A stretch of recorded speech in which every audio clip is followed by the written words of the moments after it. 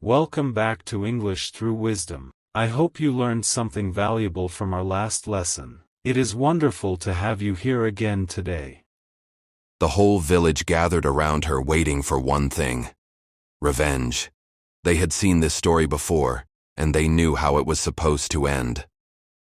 The man who ruined her life knelt in the dust in front of everyone he had ever known, and Amina stood over him with the power to destroy what was left of him.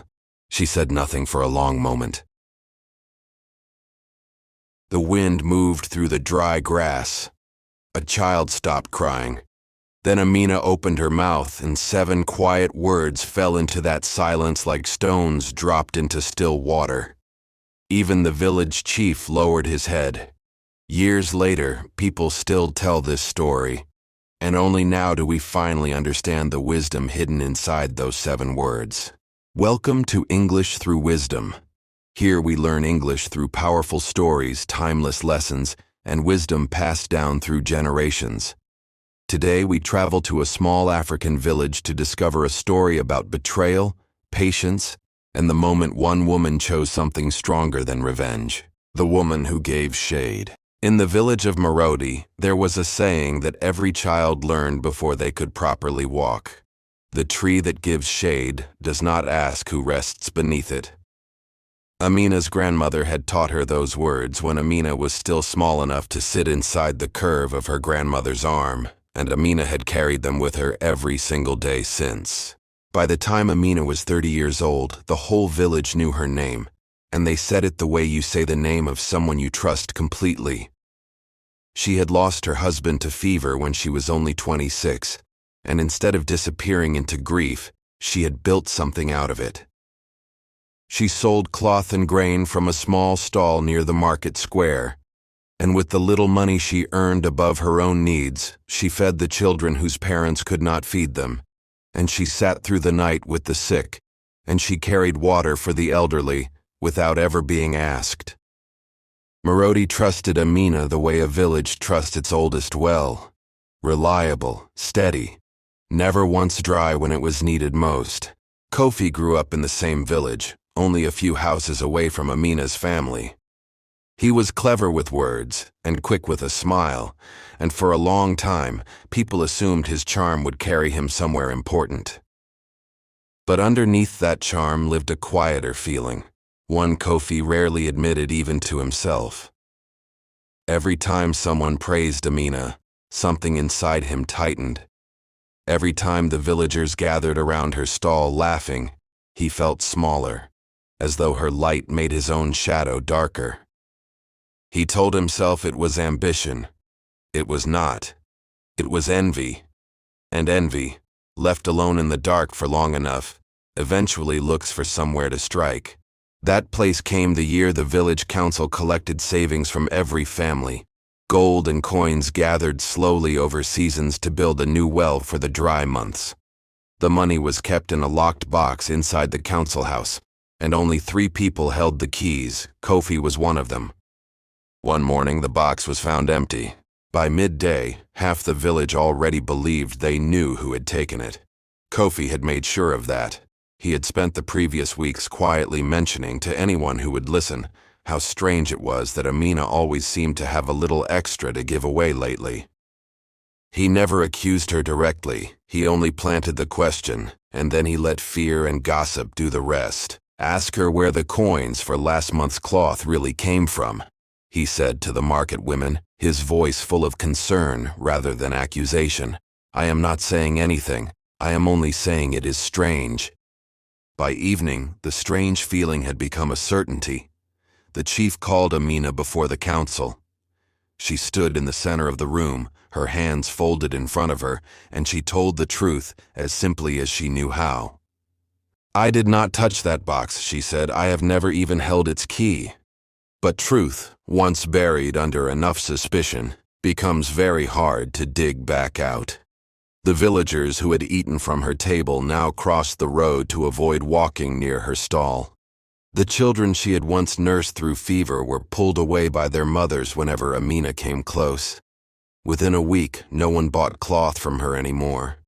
Within a month, her stall sat empty, the fabric gathering dust in the heat. She tried more than once to defend herself. She stood outside the homes of women she had helped for years and asked them, quietly, to simply remember who she was. "You know me," she said to one of them, a woman named Afua, who had once cried in Amina's arms after losing a child. "You have known me your whole life." Afua looked at the ground. "I am sorry, Amina, but I have my own children to protect. There is a particular kind of pain that comes not from an enemy's cruelty, but from a friend's silence." Amina felt that pain settle into her chest and stay there.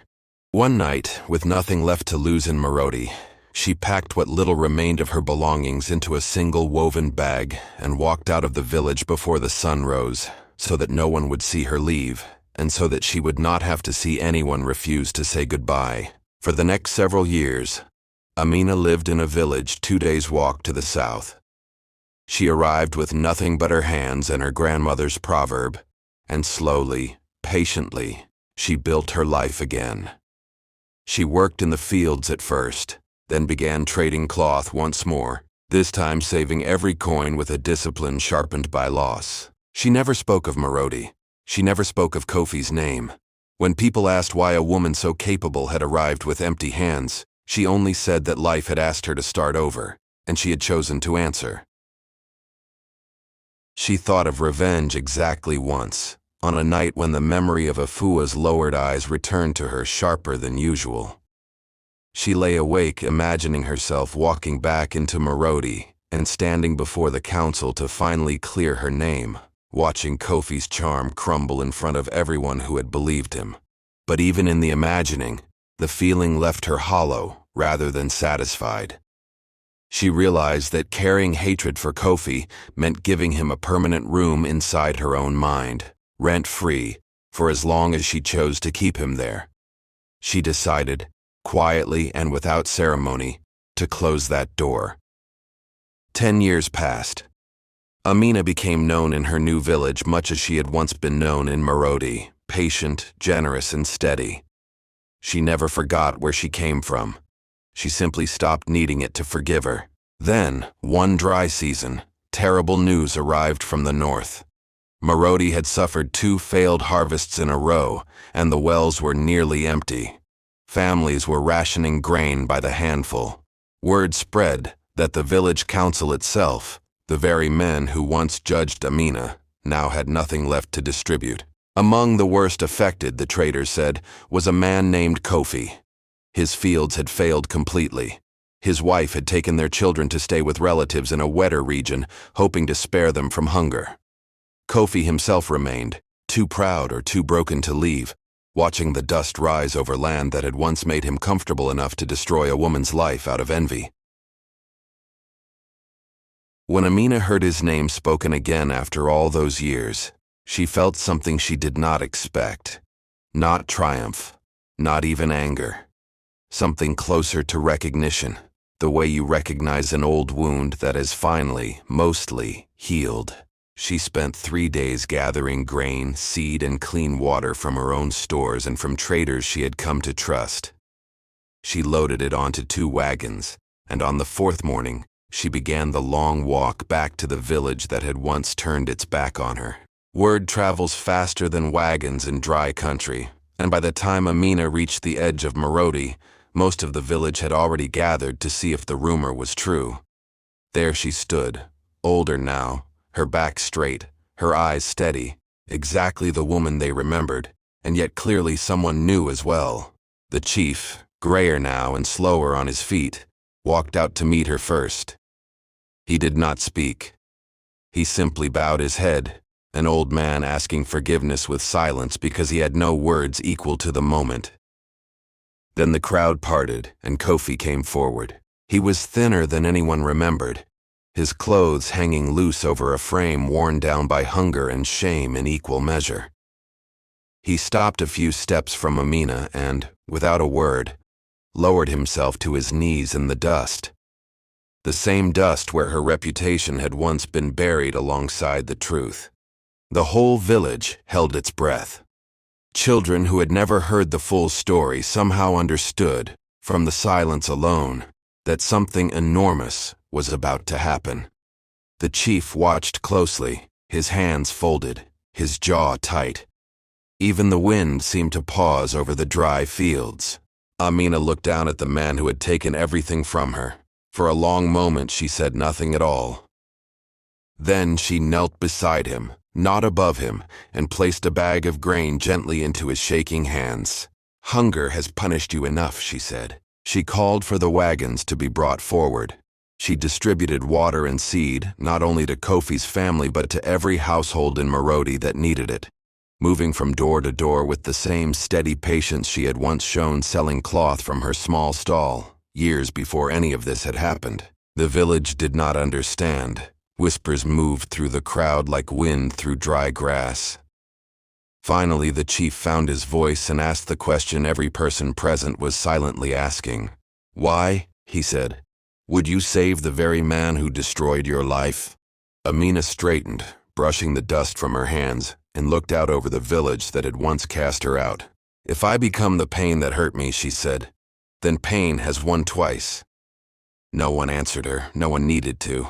In the seasons that followed, Kofi became a different man than the one who had once whispered lies into the market square.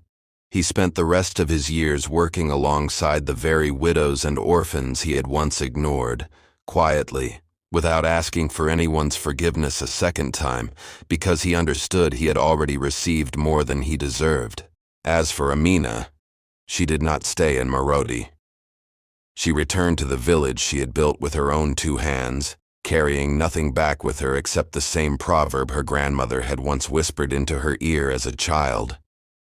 "The tree that gives shade does not ask who rests beneath it." The wisdom behind the story.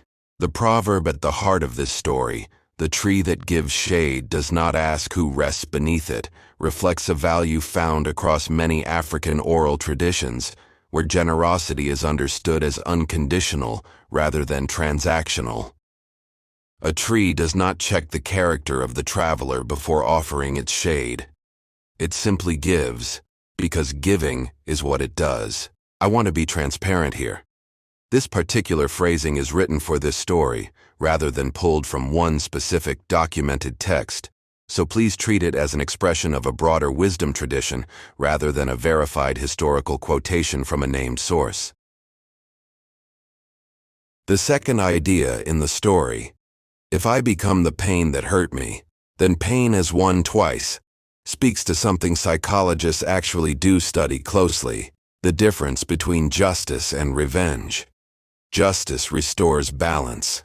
Revenge often just multiplies the original harm, passing it from one person to another like a wound that keeps getting reopened.